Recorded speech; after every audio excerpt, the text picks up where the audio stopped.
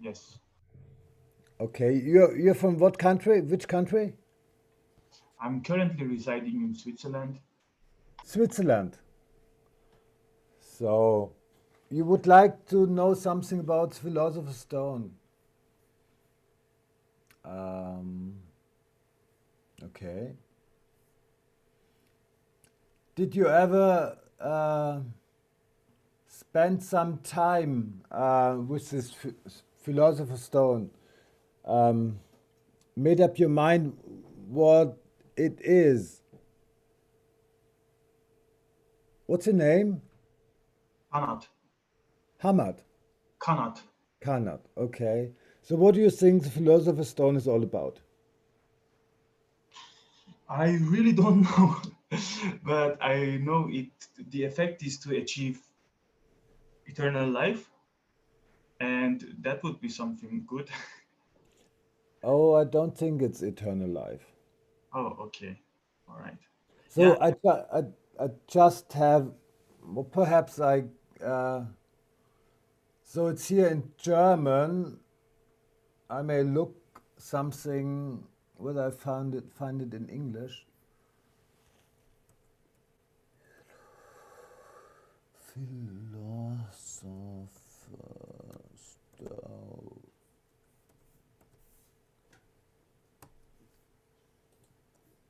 Philosopher's Stone. Oh, about the pictures. So I think it's more the Tabula Smaragdina.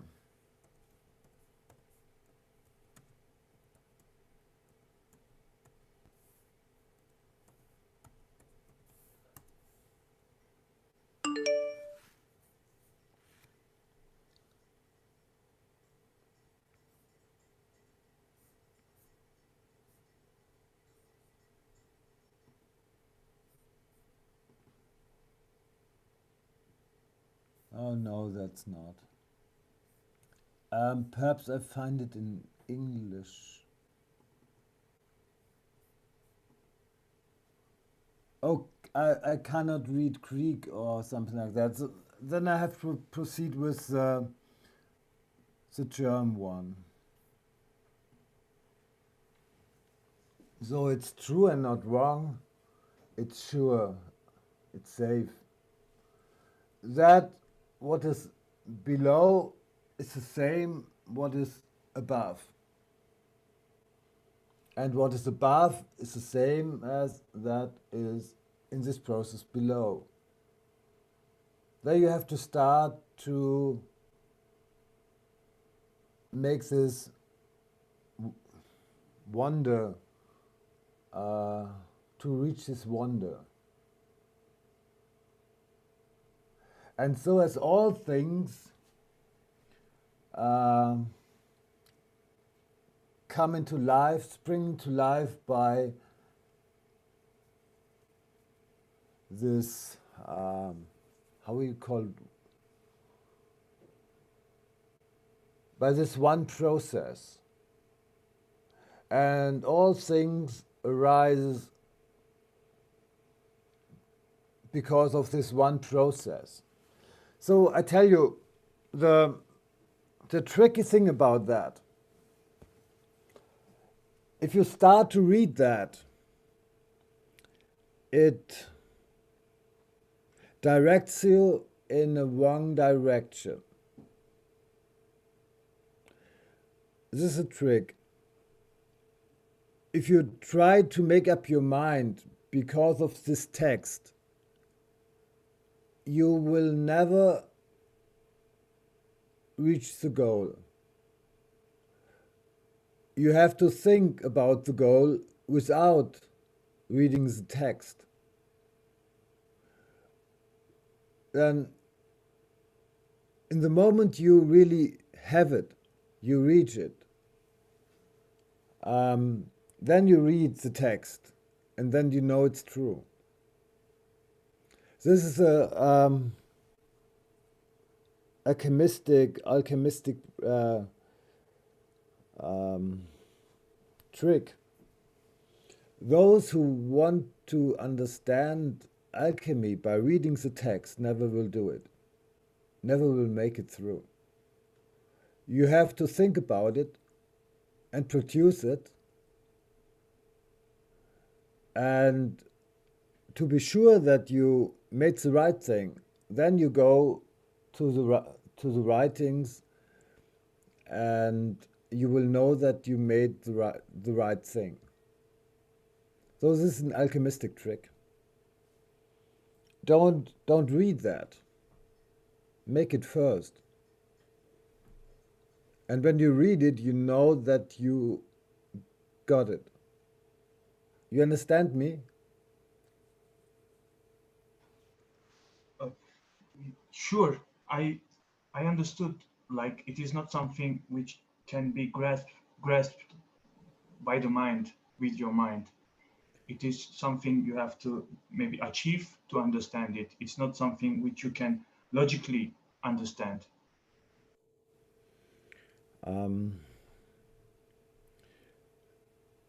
By understanding all the problems of this world, you come to a conclusion what has to be done.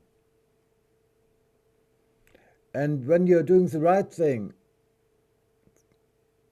and then read this text, you will identify that you did the right thing. So this is not a recipe.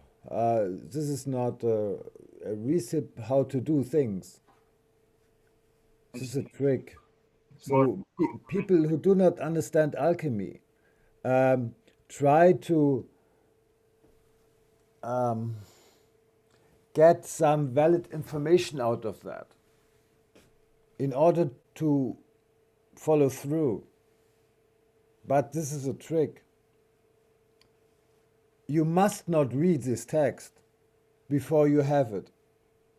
Only if you have it, you read the text, you understand the process.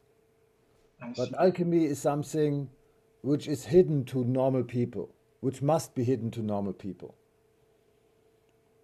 So, and many people or pseudo alchemists read this, and then they want to extract informations to make it. And this is a trick. They are directed absolutely in the wrong direction. So now I speak like an alchemist, moving my lips, but don't tell you anything.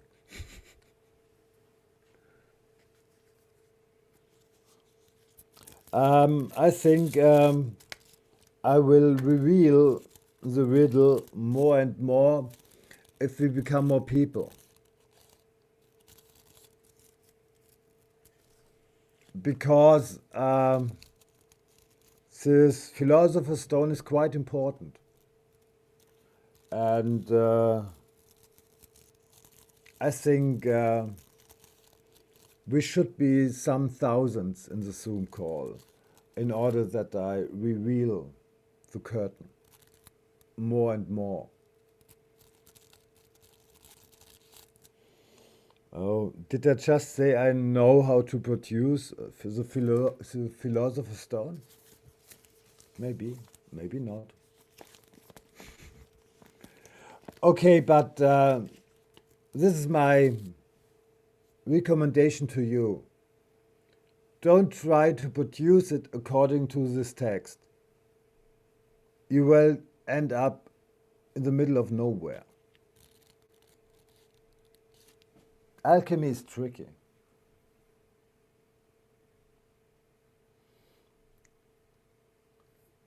So I at least helped you not to be lost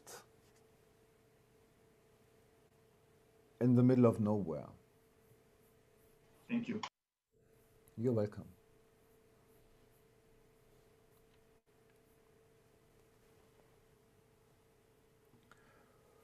Okay, so we spoke yesterday about, or starting to speak about trivium. Who is new today or this evening? Anybody new? Okay, though the rest is well experienced in that. Oh, Ryan, a new face. Hi. So I shall repeat it from yesterday, I think. So trivium is a very old philosophy of thinking. So how to think in a perfect manner. This was invented about 2.5 thousand years ago from the Greek philosophers Socrates, Plato, and this is Aristotle. It might be called the art of thinking. What is trivium? It is probably the Alexander. It is probably the. Alexander. Yes, it is probably the most powerful instrument to think. Actually, the first step was developed by Socrates, and however, in order to teach the youth how to think, he was sentenced to death. Because the people in power don't want normal people to think for themselves. And so the main quotation from Socrates is, "The only thing I know is that I do not know." The only thing I know is that I do not know. So when anybody tells you, "I know how an atom looks like," or how our universe looks like, this is just an assumption, but he actually doesn't know. So, and because of that, there are many powerful people try to tell other people how the stuff goes. What's it all about? And no, they don't really know it. They're playing around with assumptions. And they act like their assumptions represent the truth, represent reality. Hi, Donna. And so if you look in scientific books, in books of physics, chemistry, these are just fairy tales. So some leading experts agreed on some fairy tales which they put on the plate and tell the people this is truth. But they don't know the truth. They just propagate fairy tales. And if normal people become aware of that, that's dangerous for those in power. And that's why they killed Socrates. And Socrates had how you call it, a student. And the student of Socrates was, do you know it? Plato. And so Plato also developed this philosophy further. You probably know this caveman metaphor of Plato, is it? We are linked, we are chained on a wall of a cave, and we only see on the opposite wall moving shadows around. And all our life we just see shadows, and we think the shadows on the other side of the wall is everything there is. But some guys who are chained towards the wall managed to get free, went outside of the cave, and were a little bit blinded by the light out there. And they were quite astonished what life is outside a cave. However, they went back to their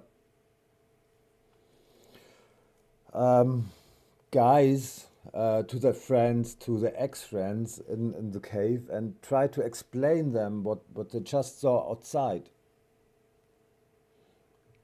And those in the cave who are still chained towards the wall don't want to accept that, don't want to hear that, don't want to listen to that, and slain them. They killed them, as they did it with Socrates. And all those teaching from Socrates and Plato had been forwarded to the next student, which is called Aristotle. This one is Aristotle. And Aristotle, again, gave the teaching to this guy. This guy is Alexander the Great. And Alexander the Great, with this teaching,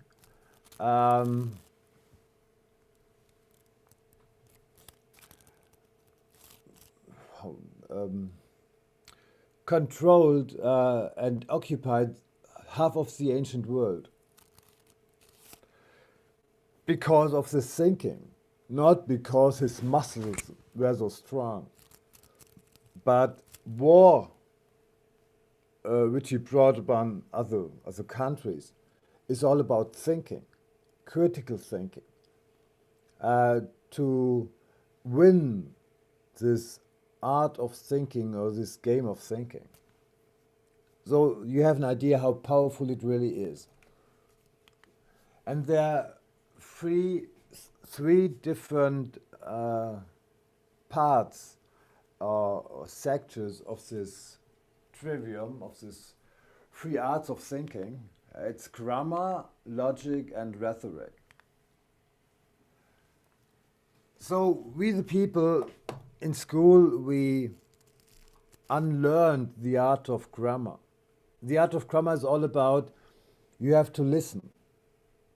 You really have to listen what the other guy's telling to you, what he's saying. But in school, we are accustomed that if the other guy tells you something you do not like, you will interrupt him. You will give him no chance to really make his statement. And this is not smart.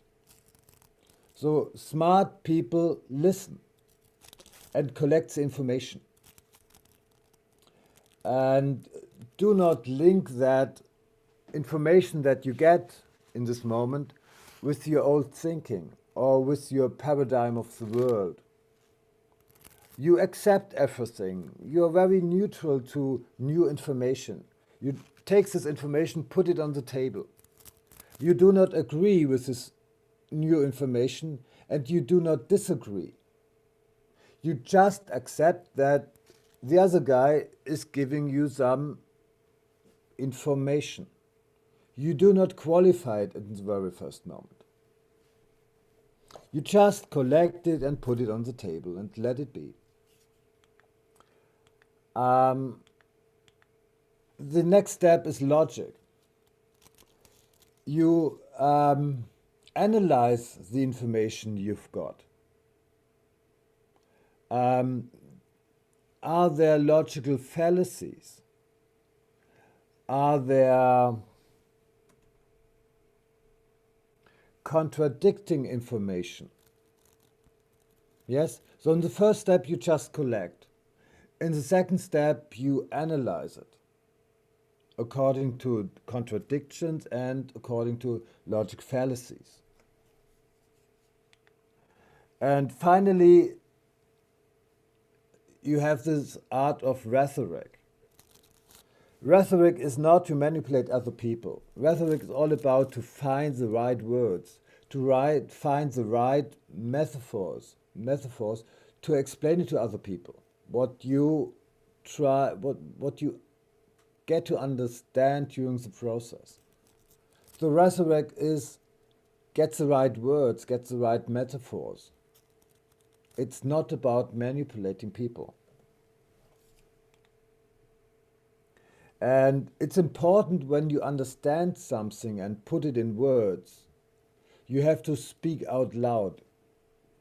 because with this vibration, during you speak out something, you're forming streets, thinking lines between your neurons in your brain.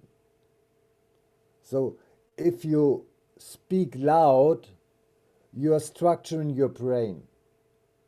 So it's not about just scribbling something down on paper or just making notes. It's important that you speak about that, what you've learned.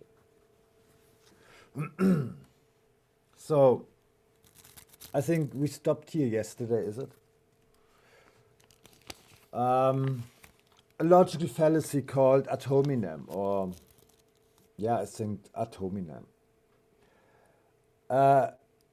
Objective argument is answered by a personal attack. So, did you make the experience in your life? You told somebody something, and this guy don't like to accept that what you just told them, and he directly attacks you. Did you ever make the experience that something that might happen in your life or happened in your life?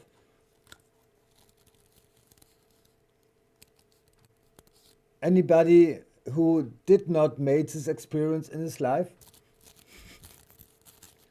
Okay, this is called ad hominem. So calling you names or something like that. This is a logical fallacy.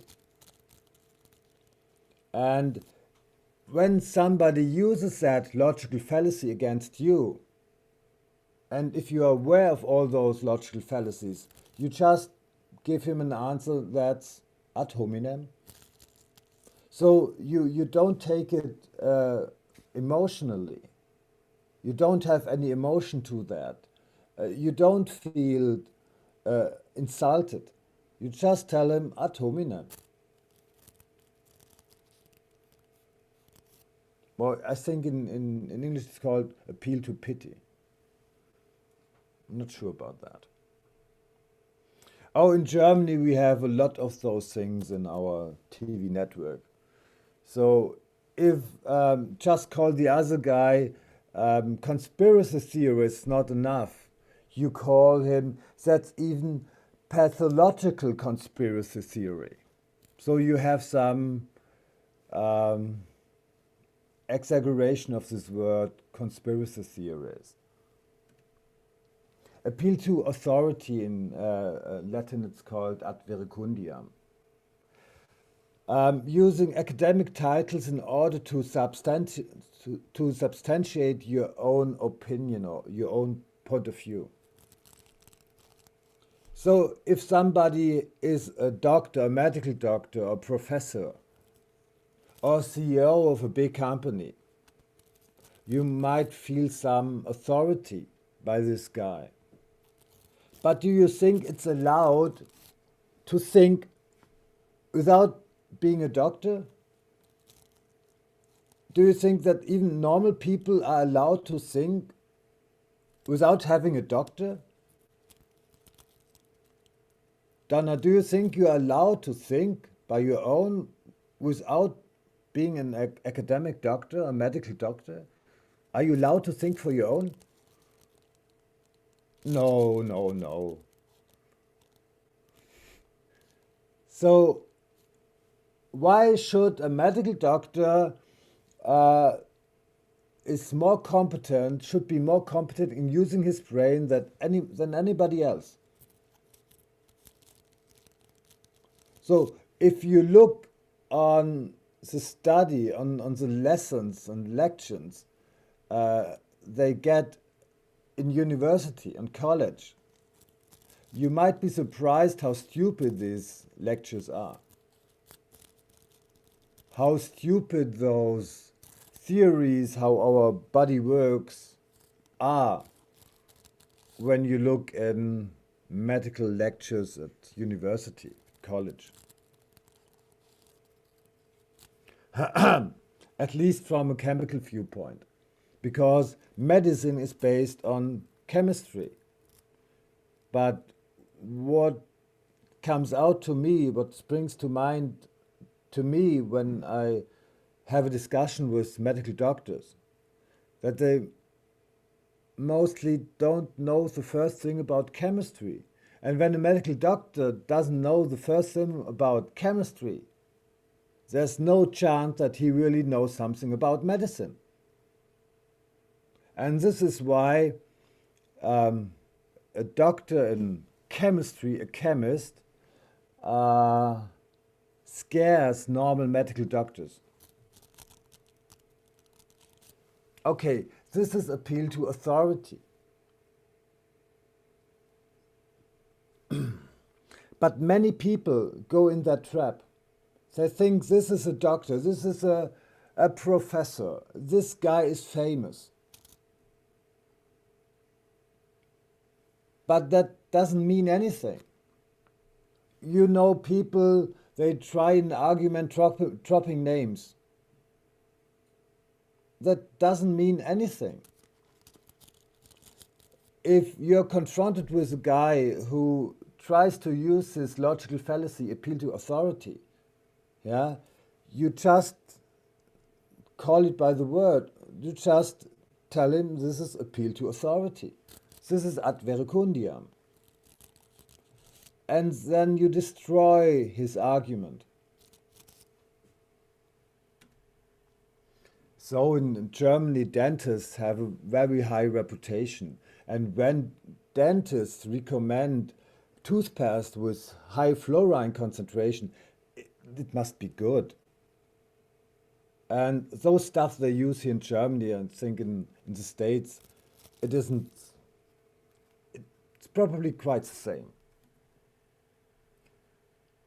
So if expert recommends something, oh, that must be true, is it? You know, also in your media, expert, when expert recommends something, it must be true. No, it's appeal to authority. So sometimes it might make sense to notice what experts are saying or telling you. However, you should make your own research. Is this expert really successful? Or is he just called expert? Is the expert really independent in respect of financial and career issues? Yeah? So if an expert might impress you, you have to make your research. And many experts are only experts because they know somebody who knows somebody who makes him a favor. So from my perspective, if you would know how some medical or scientific doctors made their doctor at college, at university, yeah. So he was just many are just water bag carriers. They just agree to everything their professor told them. Some of them just get their doctor title because they never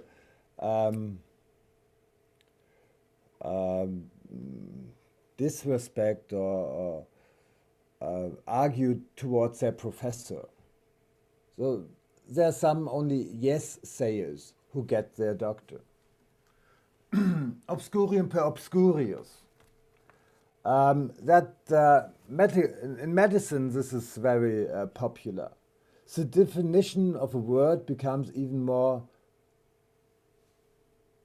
The definition, if you want to explain a word, the explanation of a word you do not understand becomes every time more complicated. Yes? So this is something they really love in medicine. They have actually, you have an easy thing to explain, but you don't need or you do not use the easy word.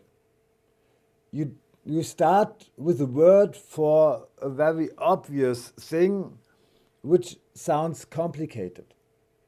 And when somebody asks, what does this word mean? You come with an explanation that is even more complicated than the complicated word of the easy process you start with. This is called obscurium per obscurius.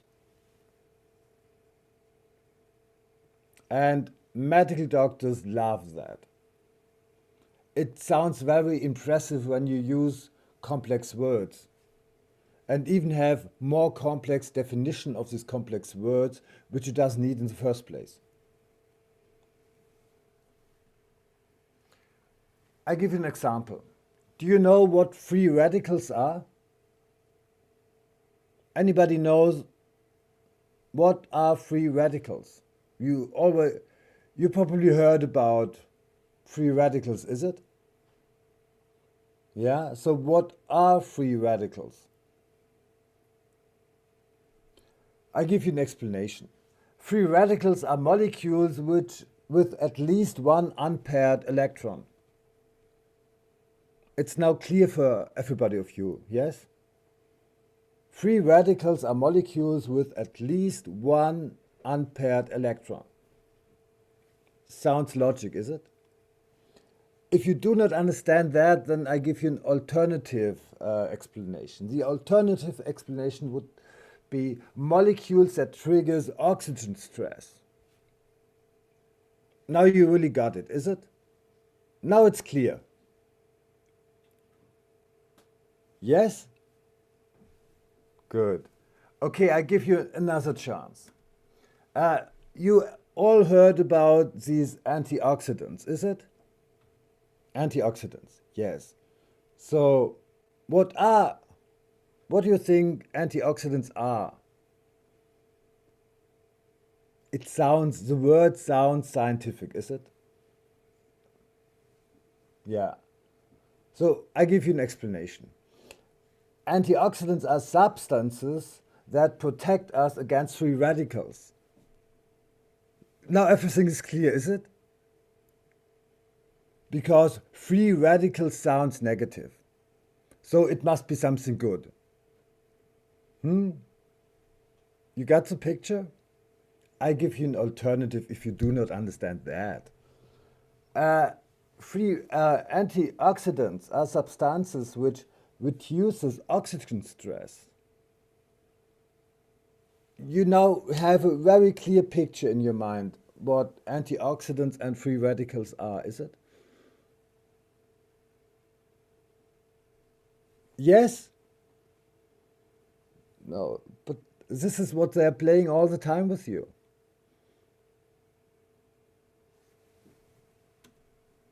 Circular reasoning. Claiming an assertion and using reason that direct refers to the assertion. Sounds complicated. Okay, I'll give you an example. All women love these shoes because they're absolute trendy. Oh, this is so boring. You know, in advertising, people really write and talk such madness. All women love these shoes because they are absolutely trendy. This is now German, but I translate it. Free radicals. So free radicals damage our health because they trigger oxygen stress. When my tongue becomes a little bit slow, I have to drink something. Now, once again, free radicals damage our health because they trigger oxygen stress. So now you really know what free radicals are all about, is it? At least you know they are not good.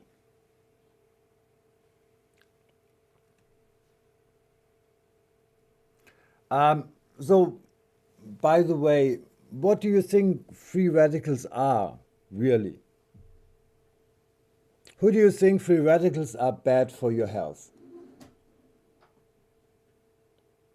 Who thinks free radicals are good for your health?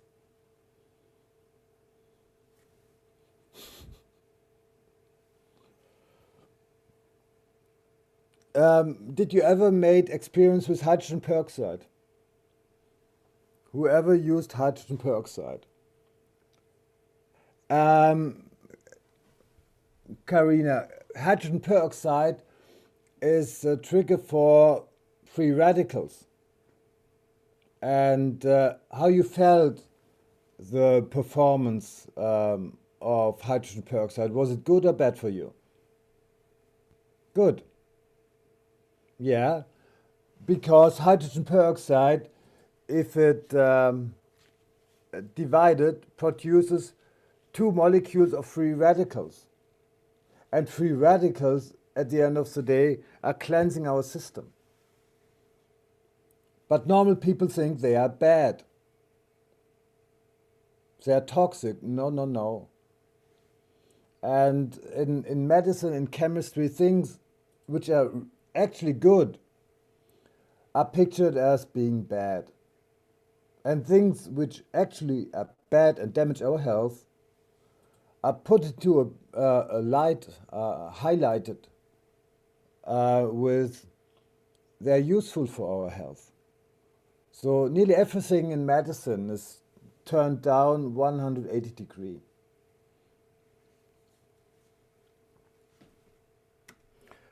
Style over substance. More and more people look just on the surface. They don't look beneath. They have no idea what the substance is. So people tend to look just on the surface, like news magazines or news. It looks very professional. But what is beneath the surface?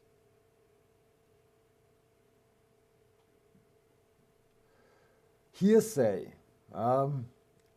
In the United States, the broadcasting news networks, people say trustful sources from Syria is telling that and that. That's hearsay. That's a logical fallacy. Oh, it's written in the book. It must be true. It's written in this journal. It must be true. Or it was shown in television. So it must be true, is it? I saw it in television. I saw it. It must be true. And my medical doctor told it to me. This is very insider information. It must be true. That's just hearsay. So we are so much accustomed to logical fallacies. Yeah, it's difficult for us if real information comes forward to select really decent information from hearsay, from logical fallacies. And the interesting thing is, in front of the First World War, before the First World War in Germany, this trivium, this logical thing, without logical fallacy, without understanding all those stuff, in Germany you would never ever made your Abitur, your high school. Fishing for data. You make a study, yeah, and so you made an you're making experiment. If the data, if the result is fine for you, you take it. If the result is not fine for you, you waste it. This is science which really happens at the moment. So if you make an experiment and the result is not that fits to the guy who pays for the study, the chances are good that the result are just put into the waste paper basket. So we know in science that many things which are published, they're using this fishing for data. Actually, this is not science at all. But science got down to such a level that fishing for data is actually it's not allowed, but it's not such a big lie. Scapegoating. You declare somebody else for being guilty uh, because you want to deflect from the real guy who did it. You may call it the Lee Harvey Oswald syndrome. Yeah, or Osama bin Laden and his 19 thieves or something like that. Those fairy tales you probably know. So when you really are doing something very bad on a big scale, you always have your scapegoat. So in Corona times, who do you think is a scapegoat?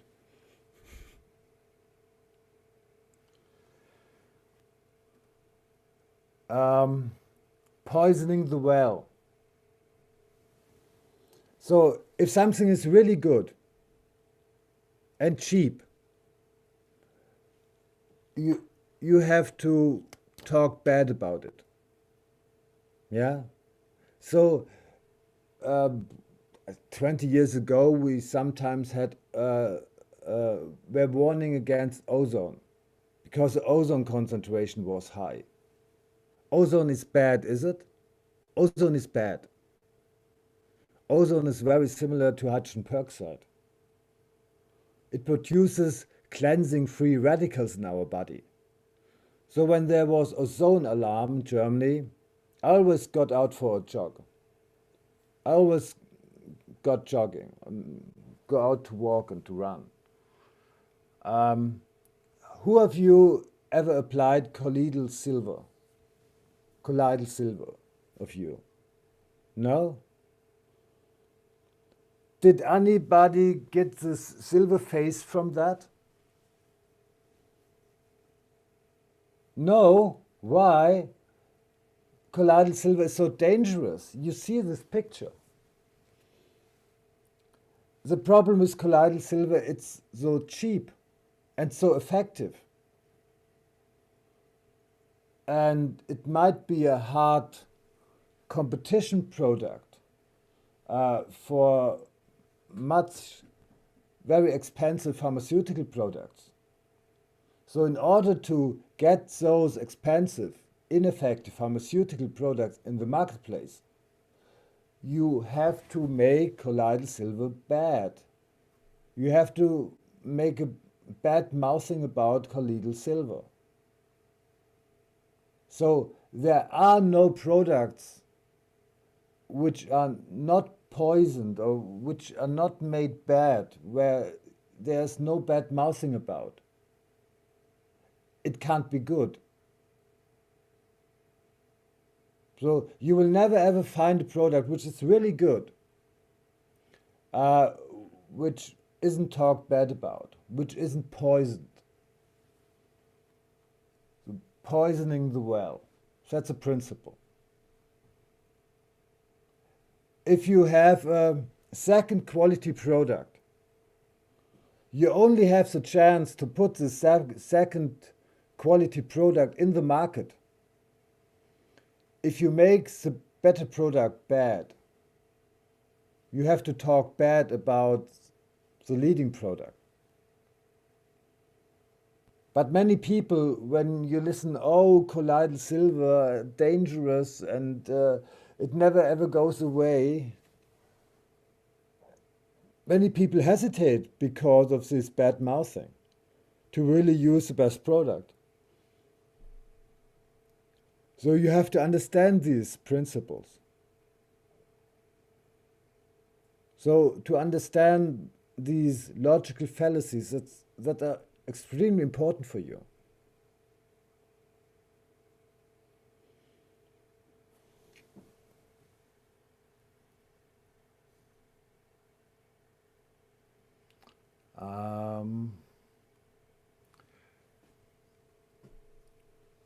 how you call it, reduction. Many there are many, how you call it. You you might have something where different explanations might be valid. Some interpretation. What is not good? I am good. You are good. Sure, you are good. Where you come from? Chemnitz. Okay, Chemnitz. Is it uh, is it in America, Chemnitz? Nein. Oh, so it's in Australia. Yeah. Yeah. Okay. Nein, weil die. Okay.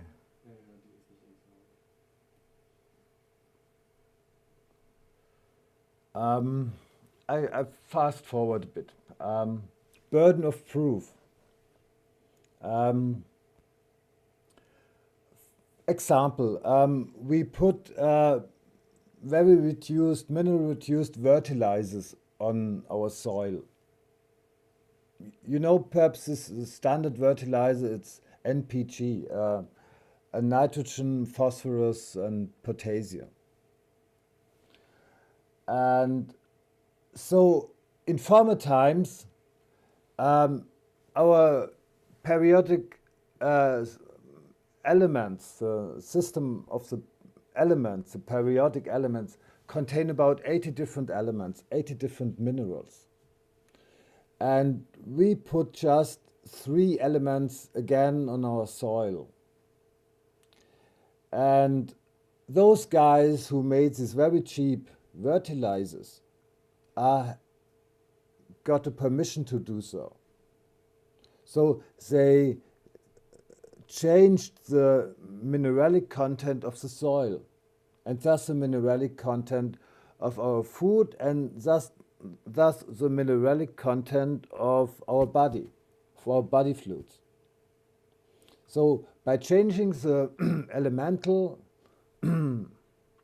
content of the soil, we change the elements in our body changed, the minerals in our body changed. And this is legal. They got a permission for that. So we have much lower concentration of gold in our body. Actually, there is gold in the soil. Precious elements are in our soil, had been in our soil. Or element like lithium, which produces happiness molecules called serotonin in our brain. But if you want again to put lithium or gold or other elements into the soil, you have to prove that this is safe. This is called, you change the burden of proof.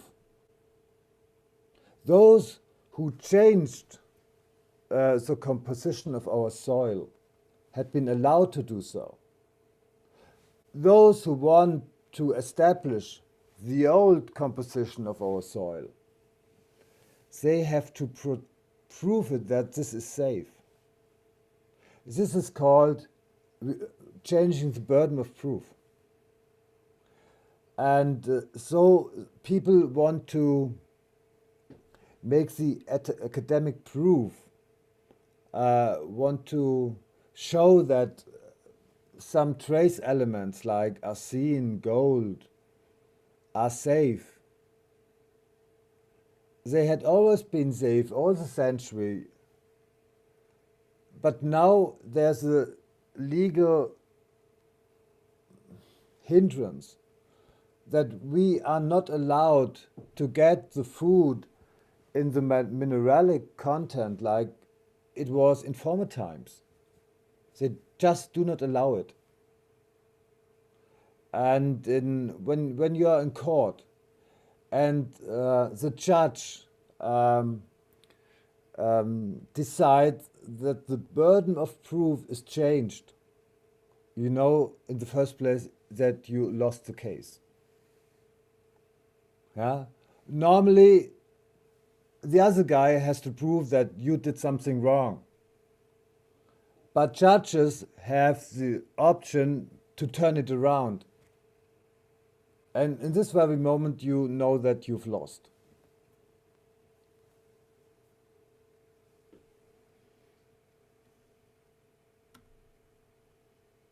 Was mache ich denn noch? Spotlight.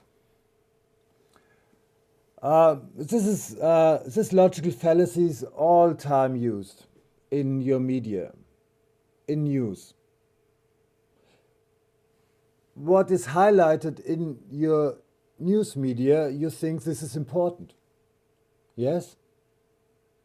But the really important thing are never highlighted in news medias. But you know, they are lying even if they do not lie. And this is important that you understand this, the whole range of logical fallacies.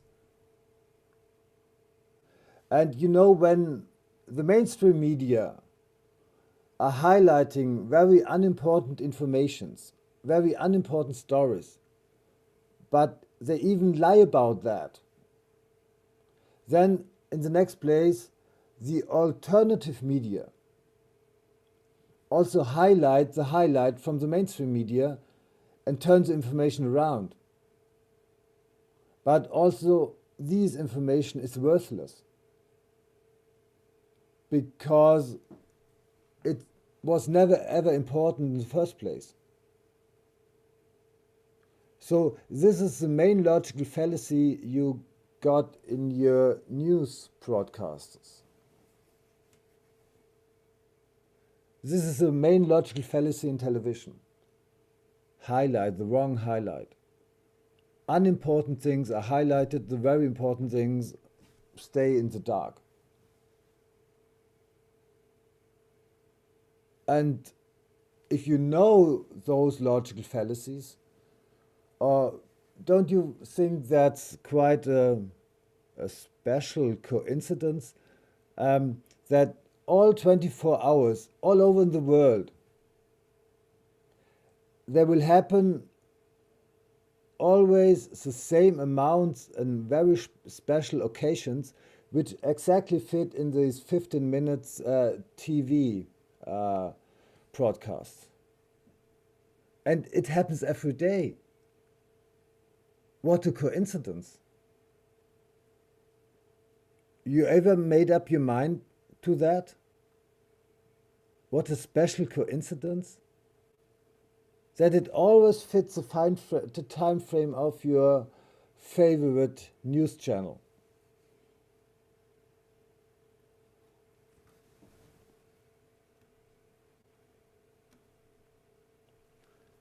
How you call it? The wrong middle.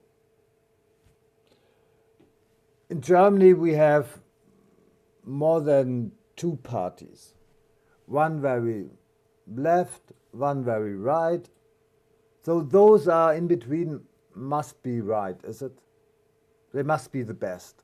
You don't like the leftists, you don't like the right guys. So if you stay in between, in the middle.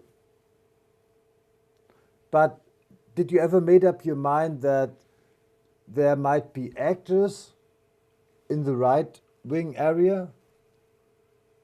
They are bought and paid for to say crazy stuff, and they are paid actors on the left side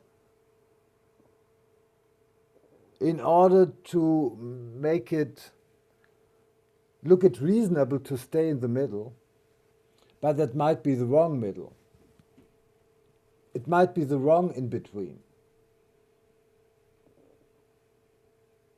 This is called wrong middle, the wrong in between. You have here two guys talking about vaccination. So this lady, a medical doctor, says we have to vaccine babies in age of 2 months. it must be done in this way. And this guy says, oh, to vaccinate small babies in the second month might be dangerous. But when they are 6 months old, then it's safe. And then you're okay. This lady probably is a hardlining lady. But 6 months, okay, 6 months, that's safe now. And they're doing this stuff all the time.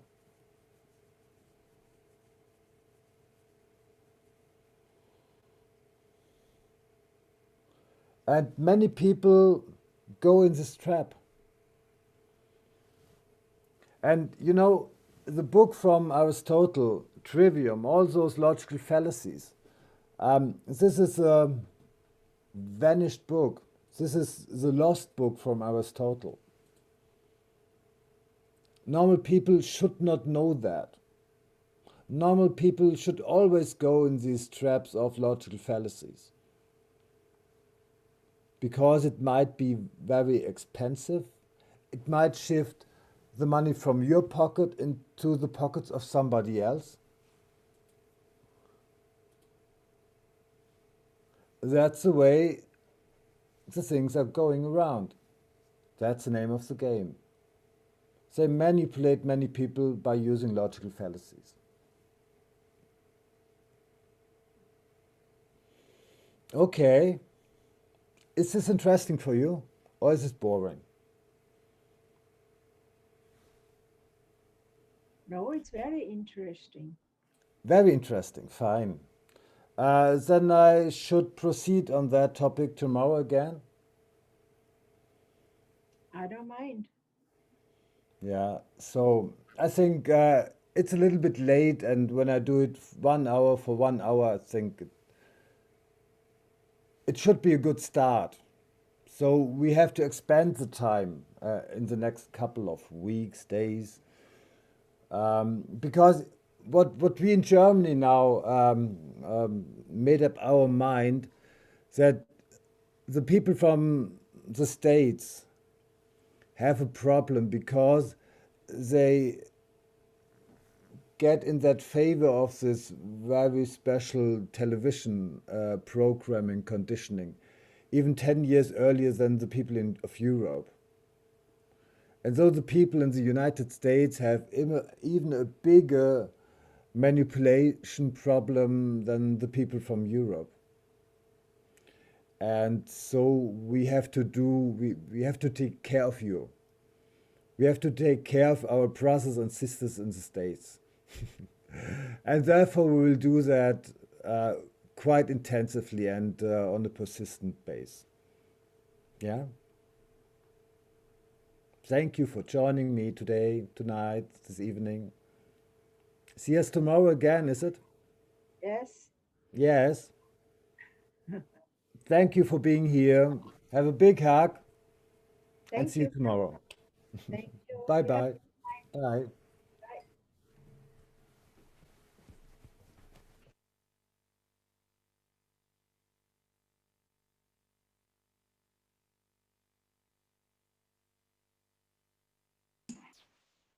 Do you think you will be able to recognize those logical fallacies now in the media?